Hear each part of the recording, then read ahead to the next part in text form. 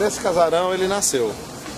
Inclusive a mãe dele é a irmã da mãe do Rodrigues Alves. Por isso eles são parentes, entendeu? E logo moço ele foi embora pro seminário e deixou Guaratinguetá. Nessa parte aqui de baixo, onde você está vendo desse casarão, aí funcionava uma joalheria que era do pai dele. E a parte de cima era onde ele nasceu.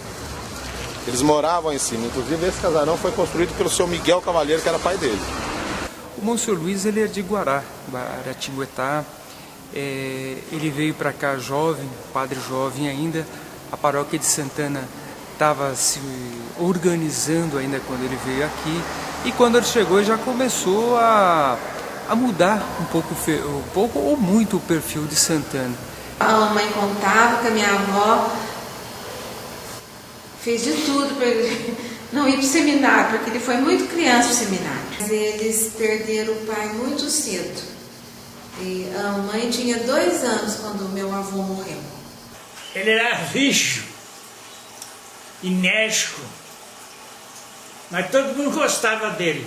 Falava e o pessoal respeitava ele como uma grande autoridade aqui de São José. Ele sabia diferenciar o rico e o pobre, mas nunca menosprezar um rico ou um pobre. Ele tinha uma personalidade muito forte. Não, sim, vai fazer. E vai dar uma bronca no meio de todo mundo. É personalidade muito forte. O tio Padre sempre foi uma pessoa muito enérgica, muito assim, muito correta. Então a gente tinha muito medo de ficar perto dele. Então eu me lembro muito quando todas as refeições a gente nunca começava sem ele na mesa. Então ele sempre era o primeiro a se servir, a gente esperava, a família toda em redor. Tudo ele era bravo, né? Mas tinha muitas coisas úteis que fazia. A gente não pode olhar os negativos, tem que olhar muitas coisas positivas. Coisa bonita que ele me ensinou. Ele dizia que tinha que rezar muito terço e acreditar muito em Nossa Senhora. Ele era uma pessoa muito alegre.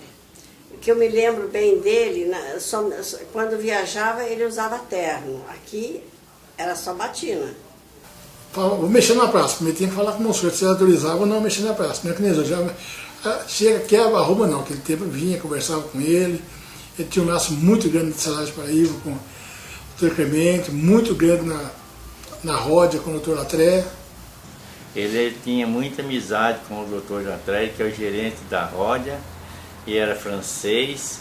Nossa, eu não saía do escritório dele, sempre encontrando, sempre junto. Quando eu ia para São Paulo, o doutor Latré que mandava eu levar ele lá e ficar o dia inteiro à disposição dele em São Paulo, fazendo compras, o que eu queria em São Paulo, pedido do doutor Latré.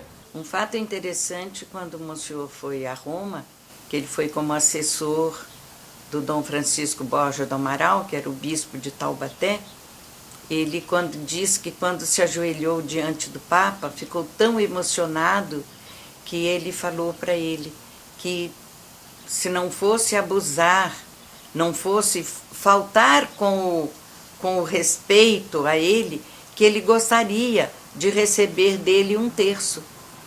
Aí o Papa Pio XII enfiou a mão no bolso, tirou o terço pessoal dele e disse: pois aqui está o meu terço para você rezar. E ele trouxe esse terço e esse foi o terço que acompanhou até ele morrer. E não é à toa que o hospital que ele construiu aqui em Santana deu o nome de Pio XII em homenagem à pessoa que deu esse terço tão precioso para ele. Então foi até um processo natural para ele ser escolhido como Monsenhor Luiz, ou seja, camareiro secreto do padre. É um título que o Vaticano deu para ele na década de 60, em reconhecimento para o trabalho que ele vinha desenvolvendo para a Igreja Católica. Ele acabou adotando São José dos Campos e São José, em homenagem a ele, deu o título de cidadão ao Monsenhor Luiz. A Santana, até hoje, né, é uma paróquia tradicionalista. Muitos ainda vivem em função do Monsenhor. No tempo do Monsenhor fazia aquilo, no tempo do Monsenhor tem isso, agora não tem mais. A missa era importante, Essa é a celebrada de costa, que ele ficava à frente dele, ficava o pessoal, ficava pro lado, por frente, por detrás. Ficava por detrás a gente dele. Hoje eles fazem procissão mais de mutirão, né? Vai o andor, todo mundo atrás, um carro de som, todo mundo nem andor. Carro de som, no tempo dele não, era a Cruzada Eucarística, a Jus, depois as Filhas de Maria, as associações religiosas e as mulheres que não pertenciam às associações religiosas, tudo em fila, 4 filas. E quando ele chegava nas esquinas, ele parava e esperava, ficava vendo o povo. Ele não acompanhava num lugar só. Ele acompanhava junto com todo o povo. Todos tinham a oportunidade de passar, de caminhar um pouco com ele. Então chegava nas esquinas, ele gritava, alto mesmo assim, vamos caminhando, vamos caminhando, vamos caminhando, não cortem a fila, não parem, caminhem, caminhem. A gente tem saudade daquela ordem, daquela fila, onde se rezava, conversava-se menos. Porque antigamente era megafone, e essa pessoa pegou o megafone e começou a cantar. Daí ele lá do meio da procissão, ele, por conhecer todo mundo pelo nome, né? Então ele falava para as pessoas, chamando pelo nome, para tirar o megafone da mão daquela pessoa lá, e porque a pessoa não podia cantar mais. Então essa era a maneira dele se comunicar com as pessoas, né? Ele ia para Brasília, quando tinha um problema aqui, ele ia para Brasília direto lá com o presidente, e ia conversar com o presidente, pedir por que não saiu isso, por que não saiu aquilo. Caixa Econômica aqui, agora não tem mais a Caixa Econômica estadual aqui em Santana, né? Mas ele foi lá em Brasília e arrumou para vir a Caixa para cá. Se hoje o bairro de Santana tem um Senai, tem um Hospital Pio XII, tem uma creche, Maria Isabel, foi graças ao esforço, à dedicação e à amizade que ele tinha com os políticos da época. Enfiava a batina no bolso assim, ficava só com a calça, né? Tinha a calça por baixo, e ele andava aí carregando, ele carregava, eu vi, eu dou testemunho que eu vi isso, ele carregando carrinho de areia, de saco de cimento, de massa para sentar tijolo aí no Pio XII. Senhor Luiz, eu fui trabalhar no Hospital Pio XII em 1972. Fiquei lá até 75 trabalhando na pediatria.